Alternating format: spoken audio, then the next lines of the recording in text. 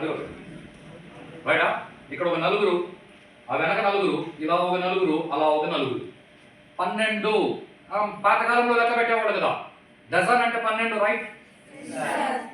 ఒక dozen people here. Okay, 12 అంటే ఇంకేమైనా మీకు గుర్తొచ్చినాయా? Months, 12 months. ఓకే, మంత్స్ అన్నది పక్కకు పెడదాం.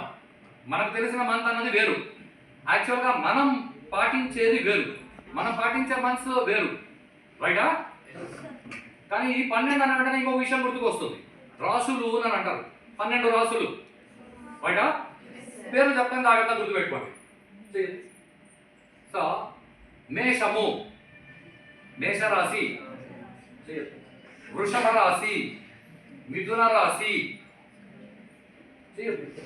కర్కాటక రాశి, సింహరాశి, ముందర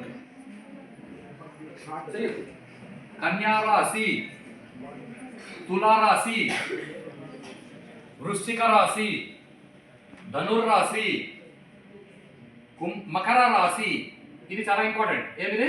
మకర రాశి, కుంభరాశి, మీనరాశి. ఇవి 12 రాశులు. అర్థమైందా? I need one fellow with a red shirt. Yeah, please. రైటా? కొంచెం జాగ్రత్తగా గమనించండి. ఇలా పైకి.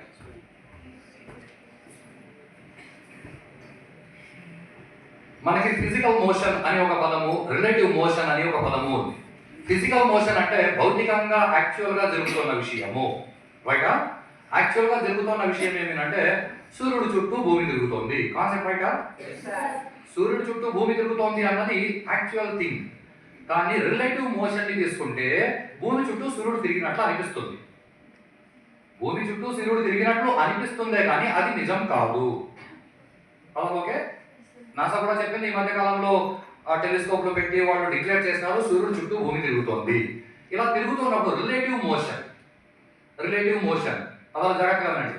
ఈ రాసులన్నీ ఇట్ ఈస్ సెట్ ఆఫ్ నక్షత్రాస్. ప్రతి రాసులోనూ కొన్ని నక్షత్రాలు ఉంటాయి.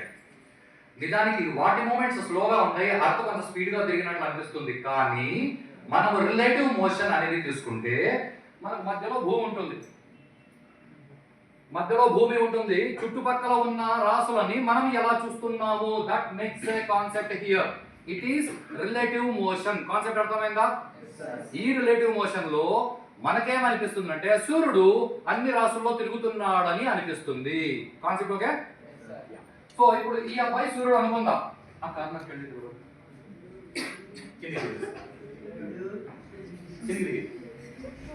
ఆ కారణం ఆ అబ్బాయి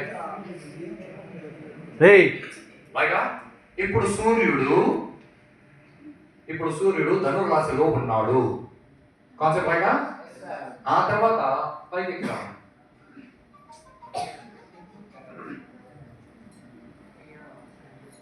ఆ తర్వాత సూర్యుడు మకర రాశిలోకి వస్తాడు. ఆ తర్వాత అక్కడి నుంచి వెనక్కి కుంభరాశిలోకి వస్తాడు. Concept okay? పదాలు జాగ్రత్తగా వెళ్ళి. ఆ తర్వాత మీనరాశిలోకి వస్తాడు. ఆ తర్వాత ఇక్కడ మొదటి మేషరాశిలోకి వస్తాడు. ఇలా సూర్యుడు ఒక్కొక్క రాశిలో ఒక నెల ఉంటాడు. Concept okay? ఇప్పుడు ఈ నెలలో ఇప్పుడు సూర్యుడు ఎక్కడ ఉన్నాడు? ఆ కార్నర్లో ఉన్నాడు, రైటా? చాలా చిన్న చిన్న తెలుగు పదాలు వినుంటారు. మా తాతగారి ఆస్తి మాకు సంక్రమించింది. సంక్రమించడం అంటే రావడం, రైటా? కాన్సెప్ట్ రైటా?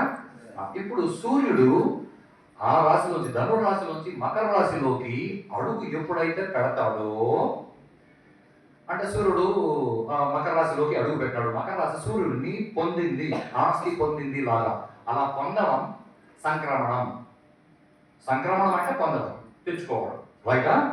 సో ఎప్పుడైతే సూర్యుడు మకర రాశిలోకి అడుగు పెడతాడో ఆ సంక్రమణం ఎప్పుడు జరుగుతుందో దానిని సంక్రాంతి అంటారు. మనకు సంవత్సరానికి ఒక సంక్రాంతి కాదు ఉండేది, మనకు 12 సంక్రాంతులు ఉన్నాయి. ఈ మకర సంక్రాంతి సంథింగ్ స్పెషల్. మనకి మకర సంక్రాంతి, మకర రాశి నుంచి ఆ తర్వాత రాశికి వెళ్ళినప్పుడు అది కుంభ సంక్రాంతి, ఆ తర్వాత రాశికి వెళ్ళినప్పుడు అది మీన సంక్రాంతి, ఆ తర్వాత రాశికి వచ్చినప్పుడు మేష సంక్రాంతి, రైటా? ఈ కాలము ఏదైతే ఉందో ఈ కాలాన్ని ఒక్కొక్క చోట ఒక్కొక్కలా వాడతారు. మనకి 2 పదాలు ఉన్నాయి, ఆచారాలు, సాంప్రదాయాలు. ఆచారం అంటే ఆచరించి తీరాల్సినది, సాంప్రదాయం అంటే ఆచరించడానికి కావాల్సిన పద్ధతి. ఫర్ ఎగ్జాంపుల్ ఎలా ఉంటుందంటే ఆ ఆచారం ఏం చెప్తుందంటే ఒక ఆడ మగ కలిసి బతకాలంటే పెళ్లి చేసుకోవాలి, ఇది ఆచారం. అంటే ఖచ్చితంగా అందరూ పాటించి తీరాల్సింది, అలా పాటించకపోతే అవి జంతువులు, రైటా? ఇప్పుడు దానిలో హిందువులు ఒకలా పెళ్లి చేసుకుంటారు, ఏదో 2 రోజులు పెళ్లి, 3 రోజులు పెళ్లి, 5 రోజులు పెళ్లి, అది వాళ్ళ సాంప్రదాయము. క్రిస్టియన్లు ఉంగరం అలా వేళ చేసేస్తే వాళ్ళ పెళ్లి అయిపోయింది, అది వాళ్ళ సాంప్రదాయము. ముస్లిమ్స్ అయితే కుబుల్ హై కుబుల్ హై కుబుల్ హై అని 3 సార్లు అంటే అది వాళ్ళ సాంప్రదాయము. పదాలు జాగ్రత్తగా వినండి, సాంప్రదాయం మారినాయి కానీ ఆచారాలు మారట్లేదు. కాన్సెప్ట్ రైటా? ఇలా సాంప్రదాయము అంటే ముందు కూడా కూర్చోండి. Thank you, sorry.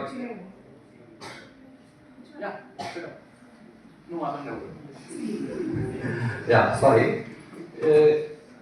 మనము ఆంధ్ర ప్రాంతం నుంచి మనము మధ్యప్రదేశ్ వరకు ఈ ప్రాంతంలో ఉన్న వాళ్ళందరూ చంద్రుడిని బేస్ చేసుకుని కాలంను లెక్క పెడతాము.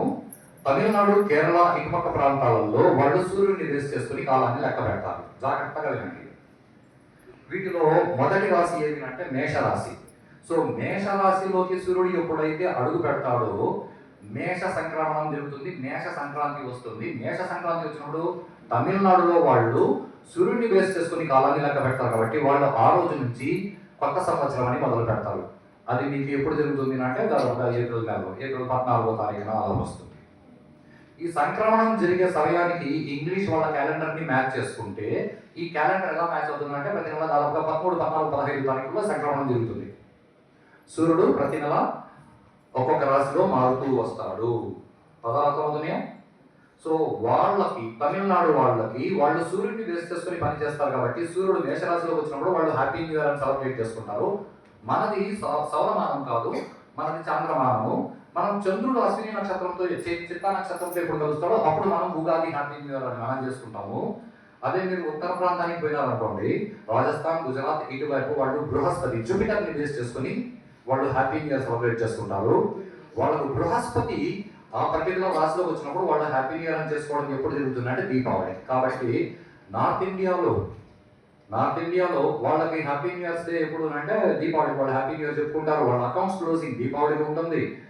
అంతెందుకు ఇక్కడ కూడా రాజస్థాన్ వాళ్ళు ఎవరైతే ఉన్నారో వాళ్ళని మీరు గమనిస్తే వాళ్ళు దీపావళి సెలబ్రేట్ చేస్తున్నట్లు మిగతా పండుగలన్నీ మిగతాన్ని సెర్చ్ చేస్తారు. కానీ అంటే దీపావళికి చాలా ప్రాముఖ్యత. ఎందుకు దీపావళి ప్రాముఖ్యత అంటే వాళ్ళు చంద్రమానము సౌరమానం ఫాలో అవుతారు, వాళ్ళు బృహస్పతి మానము ఫాలో అవుతారు. ఈ కాన్సెప్ట్ అర్థమైందా? సో మనకి సంవత్సరానికి 12 సంక్రాంతులు ఉన్నాయి.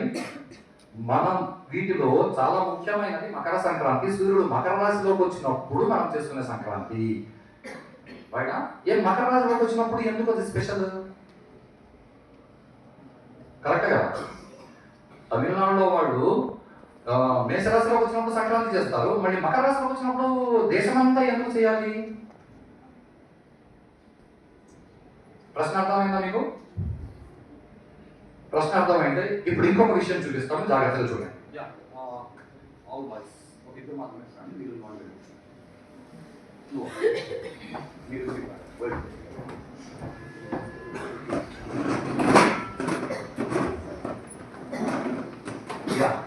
డెమాన్స్ట్రేషన్ కి సహకరించినందుకు స్టూడెంట్స్ కి థ్యాంక్స్ అసైన్ ఉంటుంది. I bless you people, right?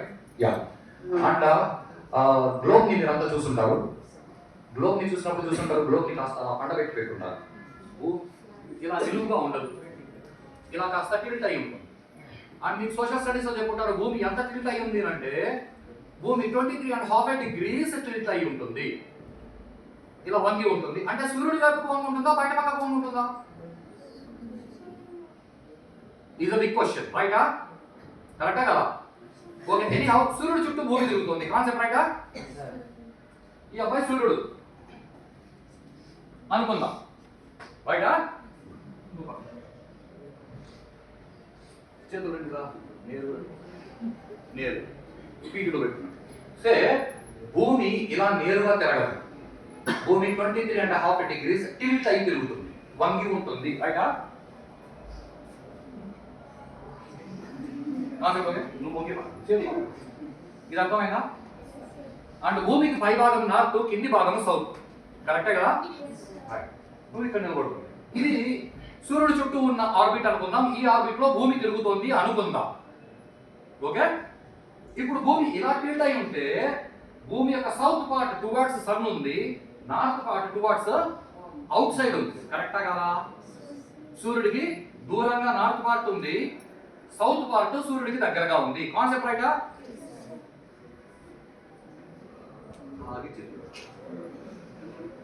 అదే భూమి ఇప్పుడు అలా సూర్యుడు చుట్టూ తిరుగుతూ తిరుగుతూ తిరుగుతూ తిరుగుతూ చేతిలో ఇక్కడికి వచ్చింది అనుకోండి. ఇప్పుడు ఆలోచించండి, ఇక్కడేమో సౌత్ పార్ట్ భూమి సూర్యుడికి దగ్గరగా ఉంది, ఇక్కడేమో నార్త్ పార్ట్ దగ్గరగా ఉంది. కరెక్టా కదా? అర్థమవుతుందా? అంటే భూమి సూర్యుడు చుట్టూ ఇలా ఇలా తిరగదు, భూమి సూర్యుడు చుట్టూ ఒకే యాంగిల్లో తిరుగుతుంది. అలా తిరిగేటప్పుడు ఒక్కొక్కసారి సౌత్ పార్ట్ టువర్డ్స్ సన్ ఉంటుంది, ఒక్కొక్కసారి నార్త్ పార్ట్ టువర్డ్స్ సన్ ఉంటుంది. విషయాలు అర్థమవుతున్నాయి? ఇప్పుడు north part towards sun move అవ్వడం ఎప్పుడు మొదలవుతుంది అంటే సూర్యుడు మకర రాశిలోకి వచ్చినప్పుడు మొదలవుతుంది. సూర్యుడు మకర రాశిలోకి వచ్చినప్పుడు అది మొదలవుతుంది. అక్కడి నుంచి తిరిగి తిరిగి తిరిగి కర్కాటక రాశి దగ్గరికి వచ్చేసరికి సౌత్ పార్ట్ టువర్డ్స్ సన్ అనిపించేలా మూమెంట్ మనకి అనిపిస్తుంది. కాన్సెప్ట్ అర్థమవుతుందా? No confusion guys? క్లియర్గా అర్థమవుతుంది? సో మనకి తెలుగులో పదం ఉంది ఆయనము. ఆయనము అంటే కదలికలు అని అర్థం. ఆయనము అంటే కదలికలు. మనకు ఉన్న ఇతిహాసాలలో మొదటి ఇతిహాసము రామాయణము. రామ ఆయనము, రాముడి యొక్క కదలికలు అని దానికి పేరు. రాముడు ఎలా కదిలినాడని అర్థమయ్యేలా మనకు చెప్పే గ్రంథం పేరు రామ ఆయనం, రామాయణం. రైటా? కృష్ణుడి కదలికలు మనకు అర్థం కావు కాబట్టి కృష్ణుడి కథకి కృష్ణాయనం అని పేరు పెట్టాలి. ఎందుకంటే మనకు అర్థం కావాలి. అర్థం కావాలి అంటే మనం యోగ శాస్త్రం నేర్చుకోవాలి. ఆయనము అంటే కదలిక. ఇప్పుడు భూమి యొక్క ఉత్తర భాగం సూర్యుడి వైపు కదలడం మొదలుపెట్టింది రిలేటివ్ మోషన్ లో. ఉత్తర భాగం సూర్యుడి వైపు కదలడం మొదలుపెట్టింది కాబట్టి దాన్ని ఉత్తరాయణం అని అంటారు. అది ఎప్పుడు మొదలవుతుంది అంటే జనవరి 14న సూర్యుడు ఉత్తర భాగం సూర్యుడి వైపుకు టిల్ట్ అవుతూ ఉన్నట్లు మనకు రిలేటివ్ మోషన్ లో అనిపిస్తుంది. కరెక్ట్ గా 6 నెలల తర్వాత జూలై 14న దక్షిణ భాగం టువర్డ్స్ సన్ మూవ్ అయినట్లు అనిపిస్తుంది కాబట్టి జూలై 14వ తారీఖున దక్షిణాయనం మొదలవుతుంది. పదాలు అర్థమవుతున్నాయా? ఏమవుతుంది ఈ ఆయనం వల్ల అంటే దక్షిణాయనం మామూలుగా అందరికీ ఏం చెప్తారంటే దక్షిణాయనం సాధనా కాలం, ఉత్తరాయణం పుణ్యకాలం. పుణ్యకాలం అంటే మీకు అన్ని అనుభవాలు వచ్చే విషయం, మీ ఎక్స్పీరియన్సెస్ తో మీరు బతకాల్సిన సమయం. సాధనా కాలం అంటే పని చేయాల్సిన సమయం. రైటా? సో సాధనా కాలంలో అది ఎక్కడ మొదలవుతుందంటే దాదాపుగా ఆషాఢ మాసంలోనే సైక్లోన్లు వస్తాయి, వర్షాలు బాగా పడతాయి. కాబట్టి ఆషాఢ మాసంలో రైతులందరూ విత్తనాలు వేసి సాధన చేస్తారు. 6 నెలలు సాధన చేసేసరికి ఉత్తరాయణం మొదలవుతుంది. ఆ ఉత్తరాయణ కాలంలో వాళ్ళు చేసిన సాధన అంతా రిజల్ట్ ఇవ్వడం మొదలు పెట్టింది కాబట్టి ఇప్పటి నుంచి వాళ్ళు దాదాపుగా కొన్ని నెలల పాటు హాయిగా వచ్చిన విషయాలన్నీ వాళ్ళు అనుభవించడం మొదలు పెడతారు. కాబట్టి ఇది ఉత్తరాయణం పుణ్యకాలం. that gives you result so that you can enjoy those fruits that were made up because of the work what you did in the Dakshinayana. ఇది దక్షిణాయనము, ఉత్తరాయణము. కొత్త విషయాలు వచ్చిన వెంటనే పాత విషయాలను మనం మర్చిపోవాలి, వాటిని వదిలేయాలి. కాబట్టి మకర సంక్రమణం జరగడానికి ముందు ఇంట్లో ఉన్న పాత వస్తువులు తీసుకెళ్ళి వాటిని కాల్చేస్తారు. పనికిరాని వస్తువులు, పనికొచ్చే వస్తువులను ఎందుకు పోయి కాల్చడం కాదు, మన ఇంట్లో మనకు పనికి రావు అని తెలిసిన విషయాలన్నీ తీసుకెళ్ళి మనం కాల్చేస్తాం. భోగి మంటలు. బయట ఇంత సైన్స్ ఉంది ఒక్క మకర సంక్రాంతి వెనకాల. బయట ఏమైనా కన్ఫ్యూజన్స్ ఉన్నాయి దీనిలో? Thank you very much.